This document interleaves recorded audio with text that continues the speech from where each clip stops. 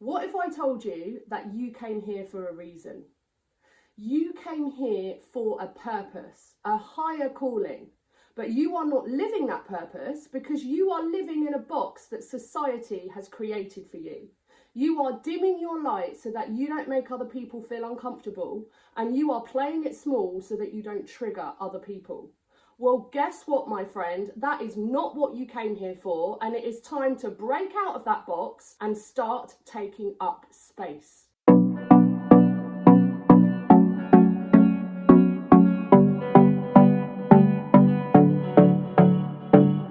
We all chose to come here.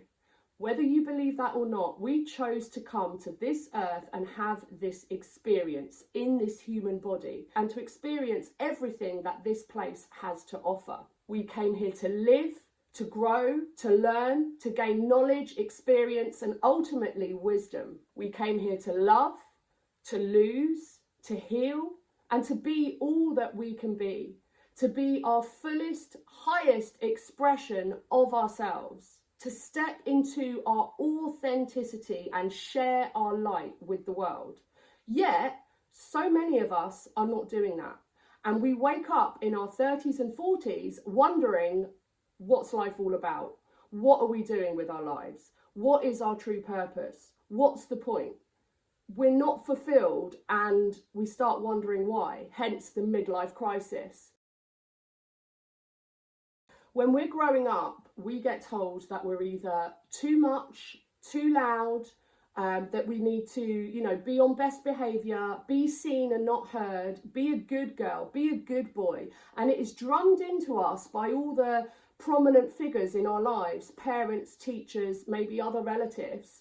And we learn that we can't be our true authentic self because otherwise the relationship with this person and the love from this other person is at risk. So as a child, we learn to suppress who we really are and how we really feel in favour of that relationship. Because what child doesn't want to be loved? What child wants to be on their own? What child is able to be on their own when they don't have the means for, creating money for food and shelter and whatnot? It is a survival mechanism. And as we grow up, these patterns become ingrained in us because between the ages of 0 and 7, that is when you are developing as a person. That is when your subconscious is taking in all the inputs and influences and beliefs from all the significant people in your life. Then when we're grown up, it's that ongoing pressure from society to fit in. When we're a teenager, most of us go through that stage where we're insecure and we need to fit in with a group. It doesn't matter which group, as long as we are part of a group, then we're not going to get rejected. Then we're not going to be on our own. And this pattern plays out throughout our lifetime where we feel, even now that we need the next thing, the next car, the next house, the next, beauty treatment, clothes, whatever it is. We need all these things to be worthy and to be accepted by other people. Because if we don't, then we might stand out. Then we might be rejected. Then we might be judged. Then we might be seen for who we really are. And actually, because of all this conditioning, that's the scariest thing to us.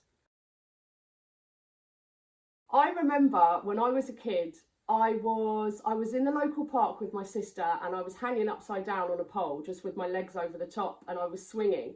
And my sister said to me, "Where did you learn that?"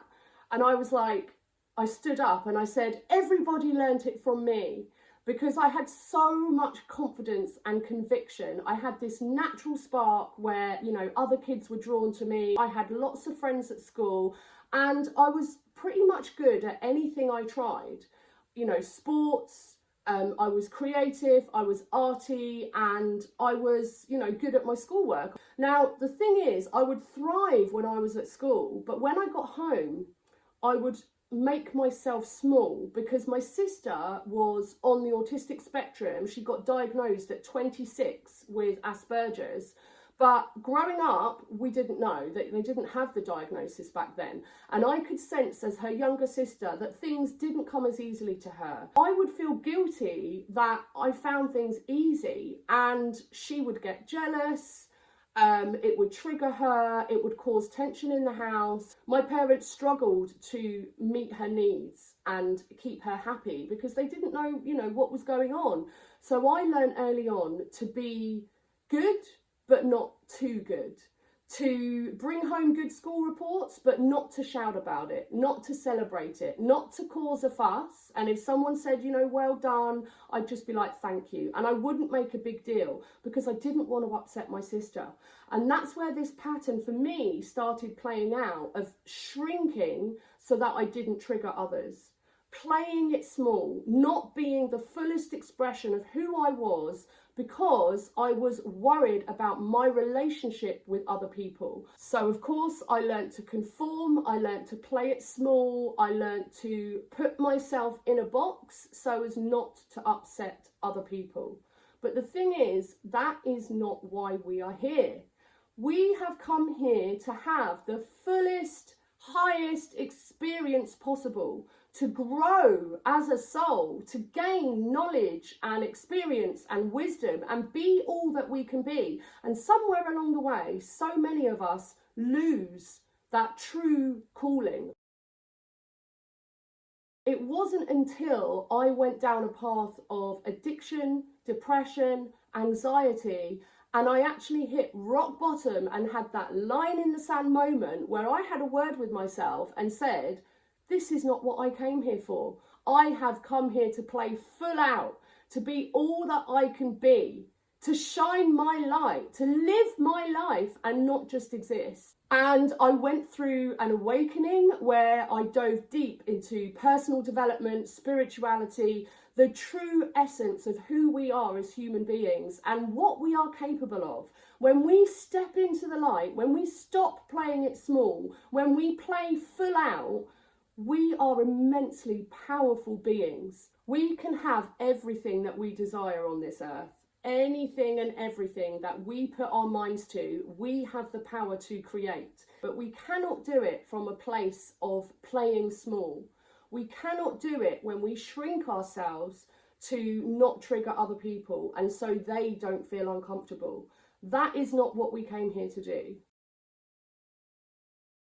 So if this is you, if you've been dimming your light and your creativity and your potential all your life so that you didn't trigger other people, so that you fit into that box that society created for you, then this is your wake-up call to step into who you really are. Now, a lot of us are people pleasers and empaths and codependent people who feel that if we show that confident, authentic version of ourselves, then actually we will do it to the expense of other people. We will do it to the detriment of others, and that makes us feel bad. That makes us feel guilty. But actually, we need to release the shame of being confident because your presence is not a burden. People are crying out for authenticity, for people who are vibrating high, who are standing in their power, who are standing in their light and being who they truly are. Because when you do that, you are giving permission for other people to do the same, because it has a ripple effect. This world needs more high vibrating, loving, confident people. And even though we were taught otherwise, you are deserving of attention. So we need to step up, stand in our power and start claiming it. Start putting yourself in new situations that push your boundaries of what you're used to. Step outside of your comfort zone and go do new activities, new experiences, meet new people where you have to step up and engage with them, where you have to introduce yourself. The more you step up, the more your comfort zone will actually expand and you'll become more and more comfortable with all of these things, and this will help you to start taking up space in this world. Do what makes you uncomfortable, because in doing so you push your limits and you grow as a person. You'll grow your confidence, you'll grow your circle, and you'll grow your presence in this world. Also, look at how you hold yourself. What is your body language telling people? Do you sit like this, head down, shoulders in, contracted? That is not giving off a high vibration. That is not attracting the right people towards you? Do you want to go and talk to someone that's sitting there with their head down looking sad? You want to speak to someone who is standing tall, shoulders back, chest out, head up, holding themselves high. Even if you have to fake it until you make it, because when your body is in this expanded posture, you will automatically start to feel good. It is impossible to hold your head high, smile, and feel bad. When you smile and you hold your head high, you raise your vibration, which automatically makes you feel more confident. And when you speak to people, speak from the heart, not from the head, not from that overthinking, anxious loop that we get in. Put your hand on your heart, ground yourself, and speak your truth. Don't just agree with other people to fit in. Be assertive. Know that if you've got something to say, it's quite likely that other people might not agree, and that's okay. This world needs variety. It needs diversity. That's what makes this world a colourful place to live in, because we're all different, because we are all different expressions of source, and we need each other's opinions to bounce off. Otherwise, this world would be a really boring place. So respect that other people have got different opinions. Don't step in to agree with them. Don't have to argue with them. Just stand in your power and stay assertive, where you value what they're saying, but you also value what you're saying. And make peace with the fact that other people are going to be uncomfortable with this new version of you. Not people who are already confident, who already value themselves, who already stand in their power and share their truth. They're going to be the people that support you. They're going to be the people that are rooting for you when you start stepping into this higher version of yourself. But there are going to be some people who perhaps benefited from you when you shrank yourself to fit in, benefited from you playing small. They're the ones that are going to be triggered by this new you, because they haven't done the inner work themselves. They don't know how to speak their truth. They don't know how to step up and give off this confident version of themselves. So when you do it, they're not going to be happy about that. But that doesn't mean you are wrong for doing it.